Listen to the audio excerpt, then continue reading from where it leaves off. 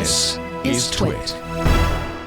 There's an iOS jailbreak that has just dropped, and of all the jailbreaks I've seen, this is the nicest and most professional that I've ever seen done. It really looks very nice.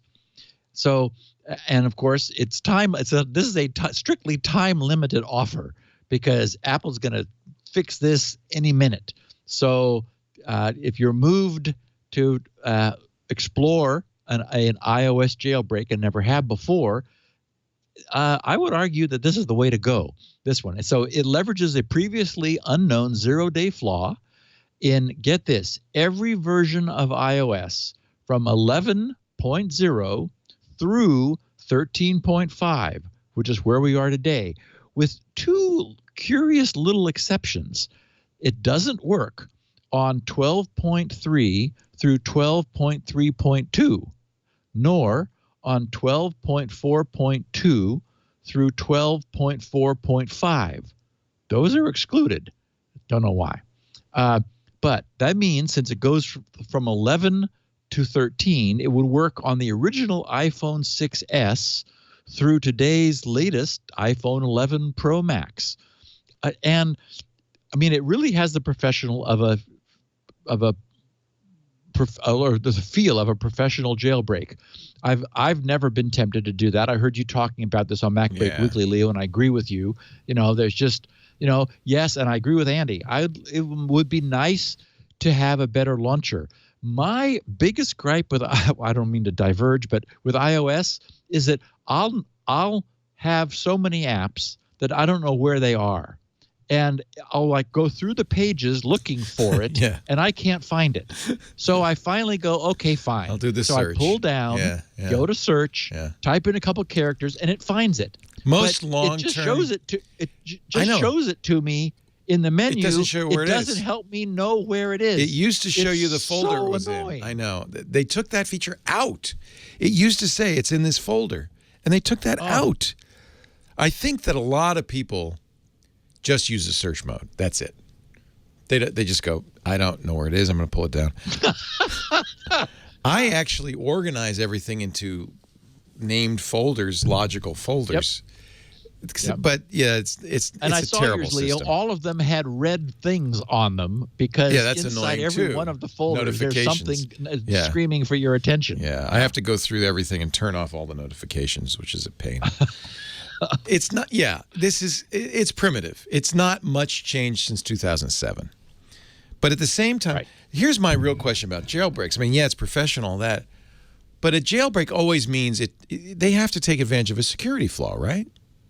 Yes, this is a zero-day flaw, which they will Apple, because Apple doesn't want anybody to do this. Right. This is that's why it's a big deal. It's a jailbreak. If it was just a walk-in, then it wouldn't be a big deal. Right. Okay. So remember that Checkmate, also known as Checkrain, that jailbreak leveraged a flaw in earlier physical devices boot ROM, which allowed a single boot duration takeover of iOS. And that one worked on iPhones from 4S through iPhone 10. And because it was leveraging a flaw that was discovered in the boot ROM, those hardware platforms can never be fixed. This everybody will be able to use that who wants to on iPhones up from 4S up through 10, but not afterwards because Apple fixed the problem with iPhone 11. It's called the Unc0ver, UNC0ver, and anyone who's interested, unc0ver.dev is the site, with O of cover being a numeric 0.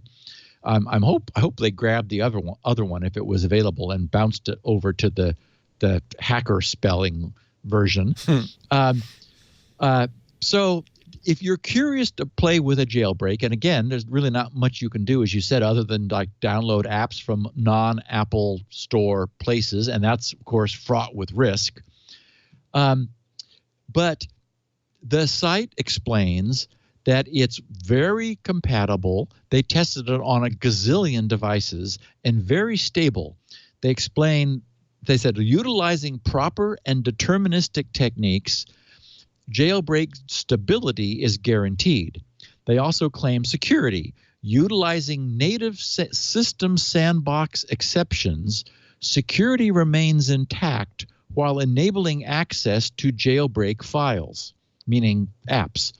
They said, and under extensively tested, they write, Unc0ver has been extensively tested to ensure it's a seamless experience on all devices. Unc0ver works on all devices on iOS versions between 11.0 and 13.5. Below, you can find a list of all devices they've been specifically tested. And boy, when you click that, show me the devices, it opens up a really long list of things that they've verified. So anyway, they're very proud of this work. And they had something under important information that I thought it was important enough to share. So they explained that it's stable and enable freedom from the moment you jailbreak your device. Built-in runtime policy softener allows running code without Apple's notarization and pervasive restrictions.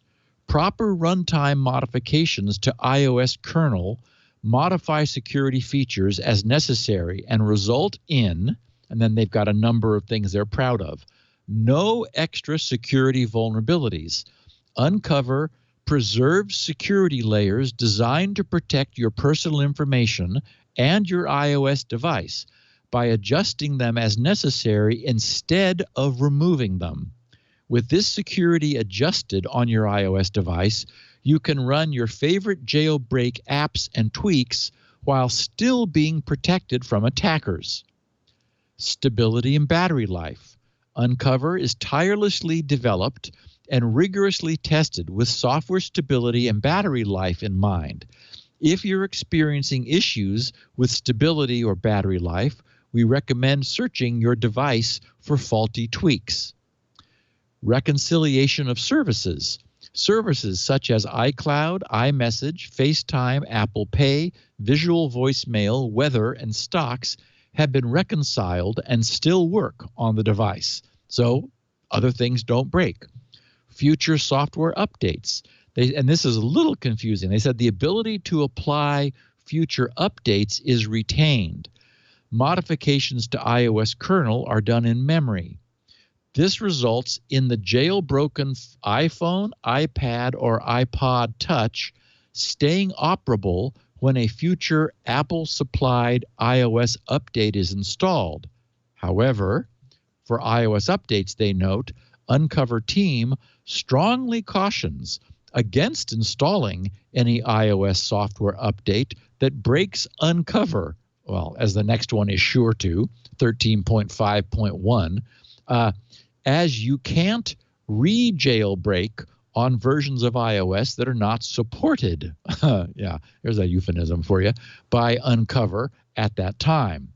And then finally, jailbreak legality. It is also important to note that iOS jailbreaking is exempt and legal under DMCA.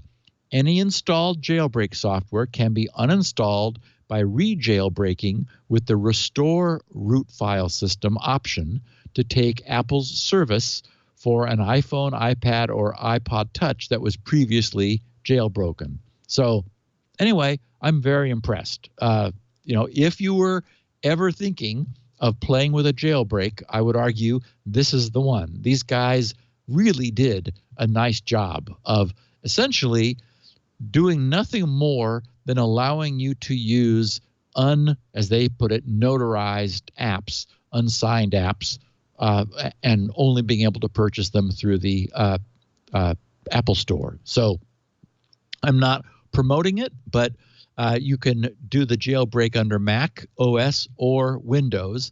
Technically, you can use Linux, but you have to have an Apple developer account if you're going to use Linux.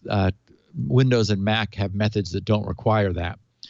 And in related news, I'll note that the zero-day exploit broker, whom we've referred to often, Zerodium, 14 days ago tweeted on the 13th of May that they would not be purchasing iOS remote code execution vulnerabilities for the next few months due to, quote, a high number of submissions related to these vectors.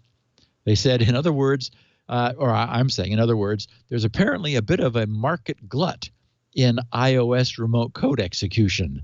Or perhaps it's that hackers who've been stuck at home for the last few months have had more time on their hands to dig more deeply into iOS and are discovering a few additional gems there.